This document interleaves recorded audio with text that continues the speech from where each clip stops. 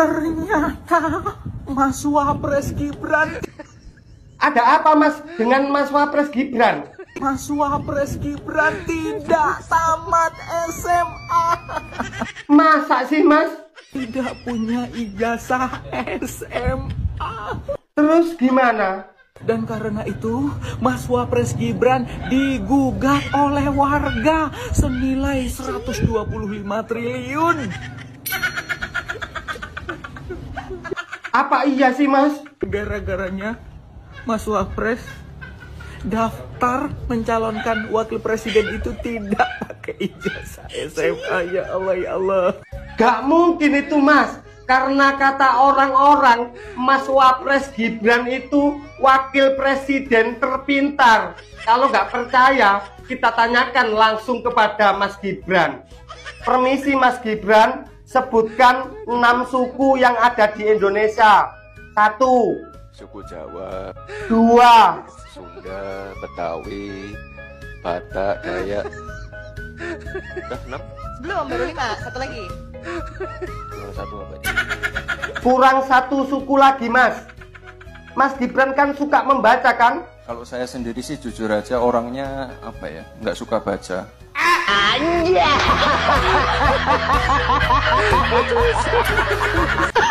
Perasaan anak sama bapak sama aja ya. Sama-sama bermasalah dengan ijazah. Apalagi bapaknya. Dari zaman Bambang Tri dan Gus Nur masuk penjara sampai Gus Nur kembali dibebaskan, nggak pernah tuh kelihatan wujud asli ijazahnya. Jok. Ternyata Mas Wapres Gibran tidak tamat SMA atau tidak punya ijazah SMA. Ya ampun, baru tahu kan? Baru tahu. Dan karena itu Mas Wapres Gibran digugat oleh warga senilai 125 triliun. Ya ampun, gara-garanya Mas Wapres daftar mencalonkan wakil presiden itu tidak pakai ijazah SMA. Ya Allah, ya Allah. Bapaknya digosipkan ijazah palsu. Mas Wapres nggak punya ijazah SMA.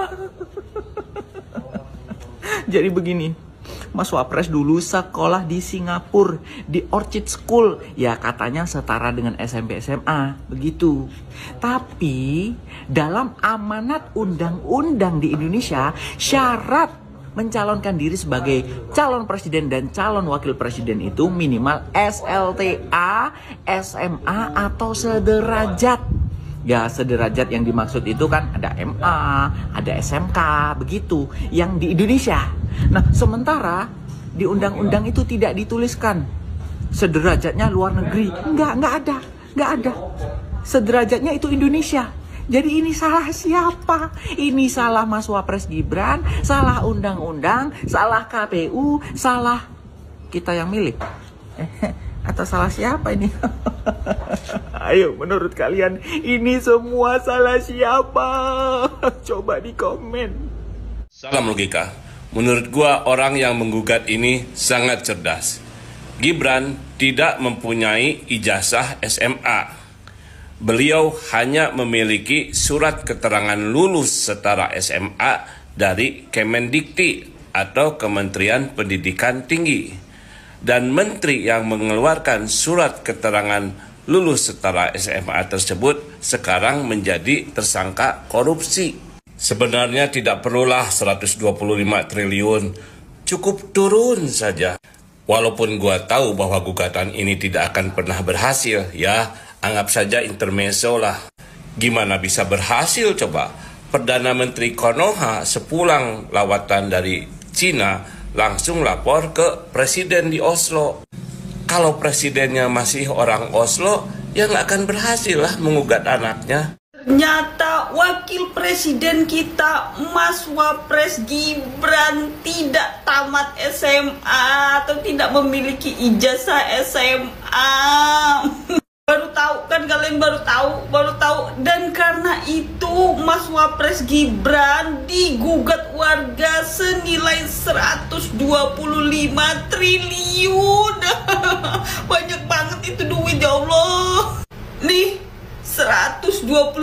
triliun gara-garanya Mas Wapres Gibran mencalonkan diri sebagai wakil presiden tidak menggunakan ijazah SMA.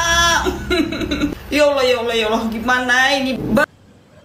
Nah, teman-teman, kembali lagi di channel ini. Jangan lupa subscribe dan komen agar tidak ketinggalan informasi lebih lanjut serta informasi-informasi terbaru yang akan kita sampaikan.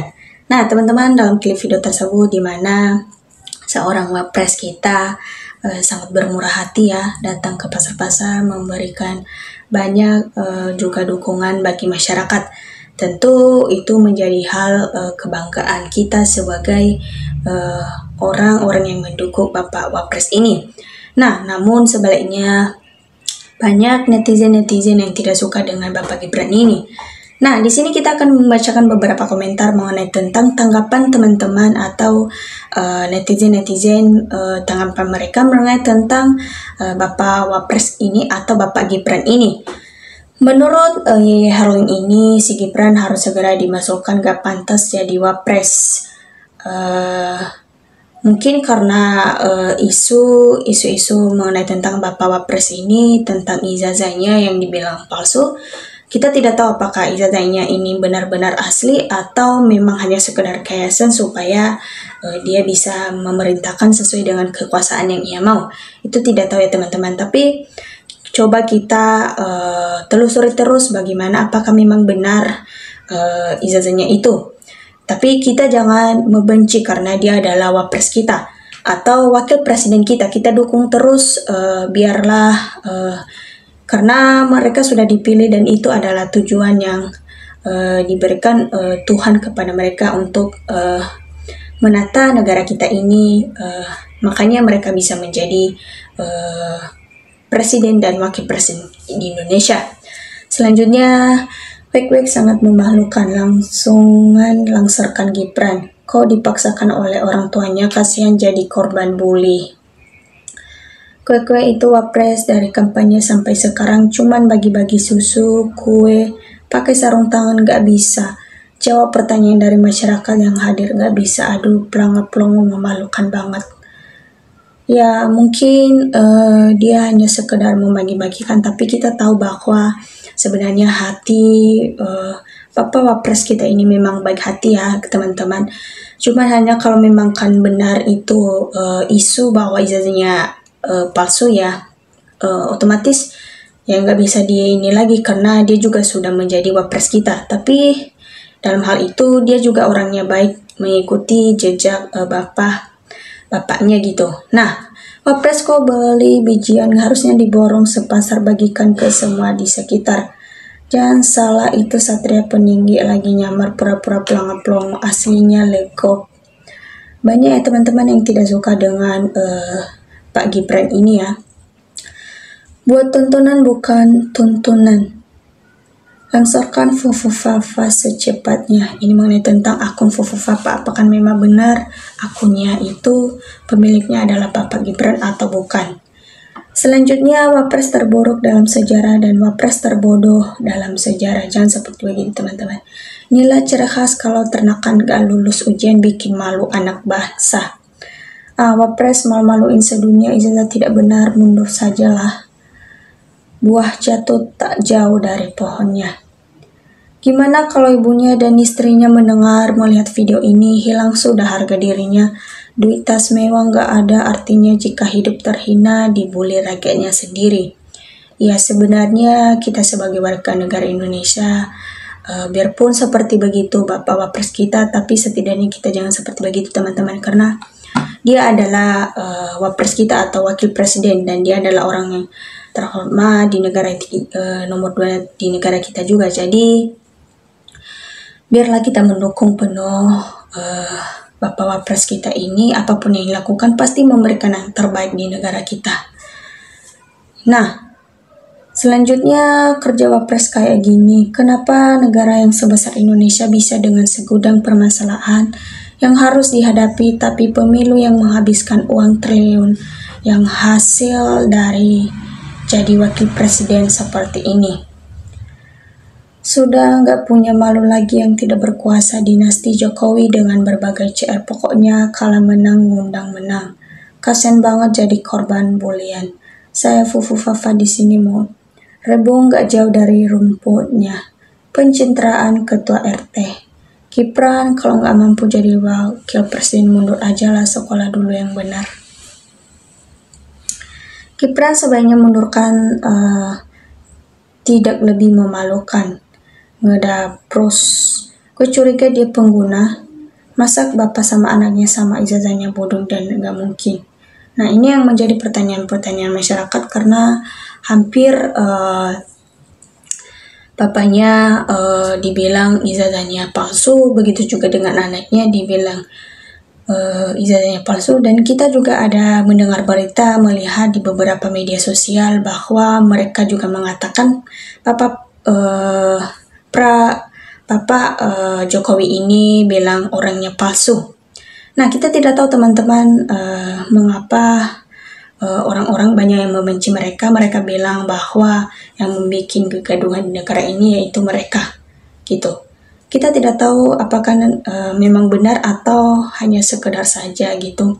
Tapi banyak orang-orang yang tidak suka dengan mereka. Maka dari itu teman-teman, kita kawal terus dan kita akan cari kebenaran. Siapapun yang benar di situ, biarlah menjadi kemenangan kita, dan siapapun yang kalah, kita dukung dalam doa. Pidato saja nggak jelas wapres anaknya Pak Mukidi, kasihan anaknya dipaksakan jadi wapres. Yang jelas nggak berhasil, nggak masuk akal. Terbukti ucapan Pak Mahfud, Gibran jadi bahan olok-olokan sepanjang hidupnya. Tak mungkin malu karena sengaja untuk bikin gaduh negara. Setiap pidato kok kayak orang lagi bangun tidur yang rohnya belum kumpul semua, celikak-celikuk, nggak ada kualitasnya sama sekali. Dia pikir akan hidup tenang setelah menzalimi rakyat Indonesia. Tersisalah anak keturunanmu jika tidak mau jujur dan bertobat serta minta maaf kepada rakyat Indonesia. Lucu mau tertawa terbahak-bahak takut dibilang tidak ada etika. Gibran lebih baik mundur dengan legowo, lebih terhormat daripada kamu diejek-ejek terus karena kekuranganmu untuk menjabat sebagai orang nomor 2 di Republik ini. Tahun 2029 persiapan diri di Pilpres. Siapa yang menandakan mereka, apalagi dengan kampret merah PNS beralih investasi? Siapa yang percaya bila hati dan yang diucapkan tidak sesuai? Wapres tidak berfungsi. Yang ngomong terus yang maju aja jadi presiden, kok omong-omong semangat Mas Gibran. Kasihan Gibran jadi tumbal ambisi orang tuanya. Mas Gibran lagi berkicau, wapres terbaik sepanjang masa Ferry Armando. Realisasi aja cukup. Kenapa sakit hati itu kenyataannya, astagfirullahaladzim abdi. Wapres kerja kayak wakil RT, ngomong apaan ini?